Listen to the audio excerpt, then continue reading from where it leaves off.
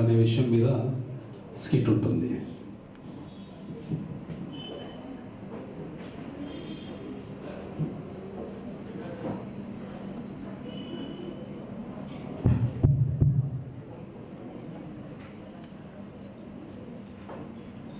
యెహోవా మహిమ నీ మీద ఉదయించింది. అవును, నిజమే కదా.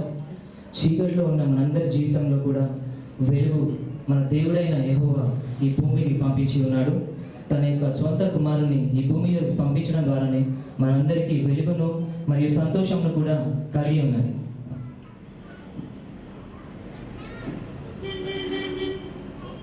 Praise lord brother. బ్రదర్ వస్తున్నాను బ్రదర్, ఒక 10 నిమిషాలు అక్కడ ఉంటాను. Thank you brother, thank you. అవును ప్రశాంత్, ఈ రోజు నుంచి మనం పబ్కి వెళ్దాం అనుకున్నాం, కానీ ఈ రోజు మాత్రం నేను ఖచ్చితంగా చర్చికి వెళ్ళాలని డిసైడ్ అయ్యాను. కాదు ఈరోజు క్రిస్మస్ కదా, మనం ఎంజాయ్ చేయాలి కదా. అవును చిన్న, లాస్ట్ ఇయర్ మనం ఏం చేస్తాం, నిజంగానే పబ్కి వెళ్ళాం. We really enjoyed. Yes. I just can't forget that. అవును నిజమే. So let us do it again. కానీ ఈ సంవత్సరం నేను నిజంగా తెలుసుకున్నాను, అది ఆ సంతోషం మన జీవితంలో కేవలం 1 గంట 2 గంటలు మాత్రమే ఉంది. కానీ నిజమైన సంతోషం అది కాదు. ఈ రోజు వెళ్తాం, మరి రేపు కూడా అలాగే వెళ్తాం. కానీ నిజంగా మన దేవుడు మన దగ్గర ఉంటే మీ టార్చర్ మేము భరించలేకపోతున్నాం. మనం పార్టీ చేసుకోవాలని అనుకున్నాం కదా. క్రిస్మస్ అంటే ఏంటి? Celebrating the festival. You have to rock. నిజంగా నేను కూడా ఒప్పుకుంటా. అదే ఈ రోజు దుమ్కి రిలీజ్ అయింది, టికెట్స్ కూడా తీసుకొచ్చాను. లేదు ప్రశాంత్, సినిమా అయినట్టు నుంచి పబ్కి వెళ్ళి మనం ఎంజాయ్ చేద్దాం అనుకున్నాం కదా. సరే ప్రశాంత్, సినిమాకి వెళ్తే కేవలం 3 గంటలు మాత్రమే ఆనందం. కానీ తర్వాత ఒకసారి ఆలోచించు. నువ్వు ఇక్కడ కూర్చోబెట్టి మాకు బాప్తిజం ఇచ్చేసేటట్టున్నావు. ప్రశాంత్, నేను చెప్తాను ఒక మాట మాత్రం చిన్న, నేను ఒక మాట చెప్తాను విన్నా. ఇన్ని రోజులు కూడా మనం దేవుని దగ్గర నుంచి దూరంగా వెళ్ళి ఈ యొక్క సంతోషాన్ని కొనుక్కోవాలని ట్రై చేసాం. కానీ నిజమైన సంతోషం ఎక్కడ ఉందో తెలుసా? మన దేవుని దగ్గర వెళ్ళినప్పుడే నిజమైన సంతోషం ఉంటుంది. దాన్ని మనం ఈరోజు తెలుసుకోవాలి. నాకు ఒక 10 నిమిషాలు ఇవ్వండి టైం. నేను యేసు జన్మించిన విధానం చెప్తాను. 10 నిమిషాల 10 నిమిషాలు. పార్టీ ఆల్రెడీ స్టార్ట్ అయిపోయింది, ఫ్రెండ్స్ ఆల్రెడీ కాల్ చేస్తున్నారు. లేదు ప్రశాంత్, ఈ ఒక్క రోజు నా కోసం ఒక 10 నిమిషాలు మనం నేర్చుకున్నాం. క్రిస్మస్ మనం ఎవ్రీ సండే చర్చికి పోతున్నాం కదా, క్రిస్మస్ అంటే ఏంటి? Partying, celebrating. సండే వెళ్ళడమే కాదు ప్రశాంత్, నిజంగా దేవుని గురించి తెలుసుకోవాలి మనం. సరే 10 నిమిషాలు అంటే కరెక్ట్ గా 10 నిమిషాలు. 10 నిమిషాల కంటే ఒక్క 10 నిమిషాలు నాకు ఇవ్వండి. ఈ 10 నిమిషాల్లో నేను చెప్పింది విన్న తర్వాత మీకు నచ్చితే మనం చర్చ్కి వెళ్దాం, లేకుంటే మీరు అన్నట్టుగానే పబ్కి వెళ్ళిపోతాం. సరే, only 10 minutes. either church or pub. Yeah. Done. Yeah, thank you. Sure, Prashant. Let us listen to him. ఇది నేను చెప్పే యొక్క యేసుక్రీస్తు జన్మించే విధానం జాగ్రత్తగా వినండి, ఆ తర్వాత మీ ఇష్టం. Sure. Yeah, thank you. 10 నిమిషాలు మాత్రమే. 10 నిమిషాలు. Only 10 minutes. Yeah, 10 minutes. యేసుక్రీస్తు జన్మించే విధానం గురించి ఒకసారి చూద్దాం. 2000కు చెందిన యోసేపు అనే వ్యక్తికి ఈమె ప్రదానము చేయబడినది. ఒక దినమున గాబ్రియేలు అనే దేవదూత దేవునిచే ఆమె యొద్దకు పంపబడినది. ఆ దూత ఆమెతో ఇలా చెప్పినది: దయాప్రాప్తురాలా, నీకు శుభము, ప్రభువు నీకు తోడై ఉన్నాడు. మరియా, భయపడకుము, నీవు దేవుని వలన కృప పొందితివి. నీవు గర్భము ధరించి కుమారుని కని ఆయనకు యేసు అని పేరు పెట్టుదువు. ఆయన గొప్పవాడై సర్వోన్నతుని కుమారుడు అనబడును. ప్రభువైన దేవుడు ఆయన తండ్రి అయిన దావీదు సింహాసనము ఆయనకిచ్చును. ఆయన యాకోబు వంశస్థులను యుగ యుగములు ఏలును. ఆయన రాజ్యము అంతము లేనిదై ఉండును.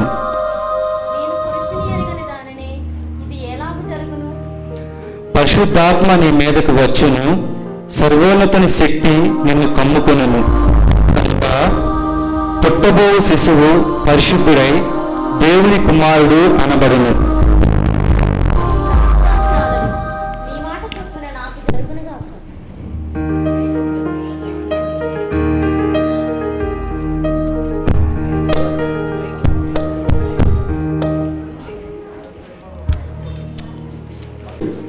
దేవుని యందు భక్తి కలిగిన వాడు, అతనికి మరియా గర్భం ధరించినదనే వార్త వినబడినది. ఆ తరువాత మరియా గర్భవతిని వివాహం చేసుకుంటే ఈ లోకం ఏమనుకుంటుంది? ఆమెను రహస్యంగా విడనాడాలి.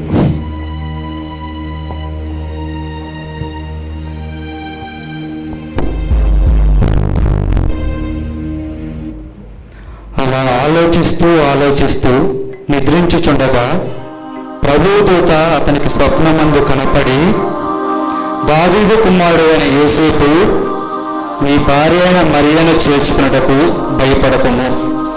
ఆమె గర్భము ధరించినది, అది పరిశుద్ధాత్మ వలన కలిగినది. ఆమె ఒక కుమారుని కనును, తన ప్రజలను వారి పాపముల నుండి ఆయనే రక్షించును. కనుక ఆయనకు యేసు అని పేరు పెట్టుదువు. అప్పుడు యోసేపు నిద్ర మేలుకొని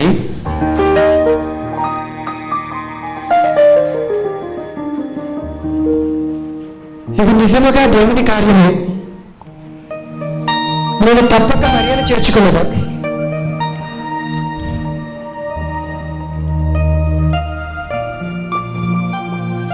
కొంతకాలం తరువాత ఆ దినములలో కురేనియా, సిరియా దేశాలను కైసారు ఔగస్తు పరిపాలించుచున్నాడు.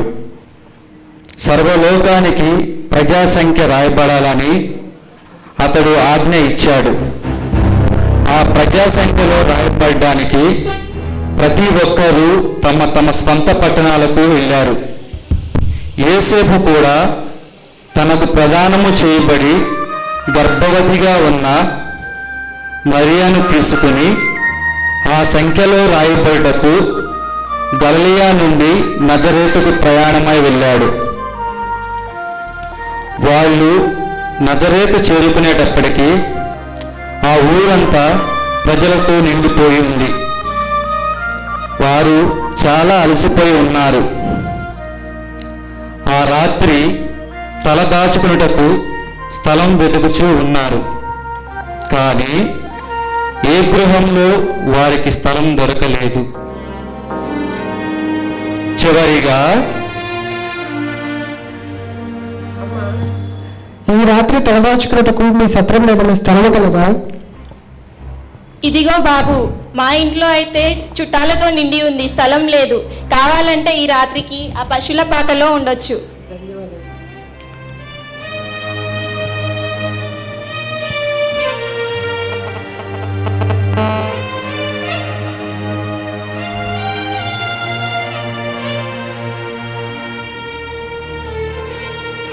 మరియాకు ప్రసవ దినములు నిండి ఉండెను.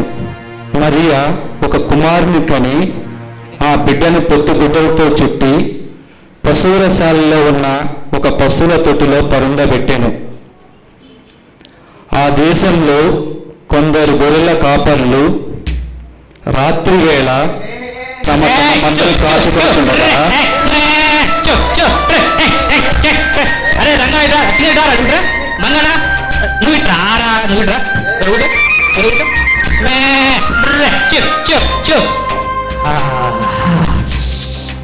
అరే రంగన్న మంగన్న, ఈరోజు చాలా చలిగా ఉంది కదా. అవునరా, మంచు కురుస్తుంది కదా బాగా, అందుకోనేమో ఎక్కువ చలిగా వేస్తుంది. అవునరా రంగన్న, పోయిన ఏడు చాలా చలి ఉందిరా, ఈ ఏడు ఇంకా ఎక్కువ ఉందిరా బాబు. చాలా చలి. అరే మీరు చలి చలి అంటారు కానీ ఇక్కడ చలితో చచ్చిపెడుతున్నారా? అరే నువ్వు పోయి కొన్ని కట్టెలు తీసుకురారా, నువ్వు అందులో గొర్రెలు కొట్టావు నువ్వు.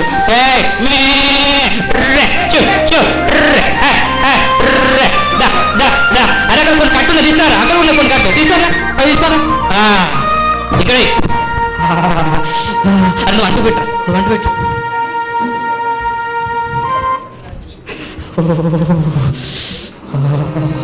అంటు పెట్ట చూస్తావేంద్రా, చలి పెడతాను రా.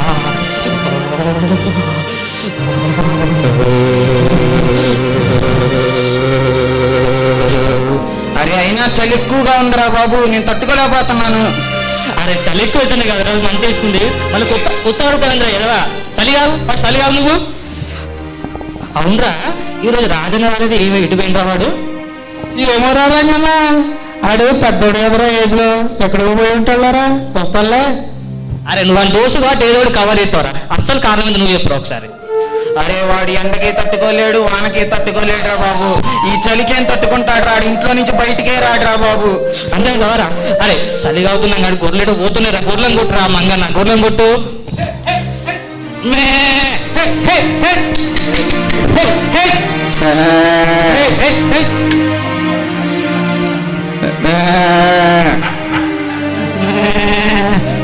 అరే అయినా గొర్రెలు తప్పిపోతున్నాయి.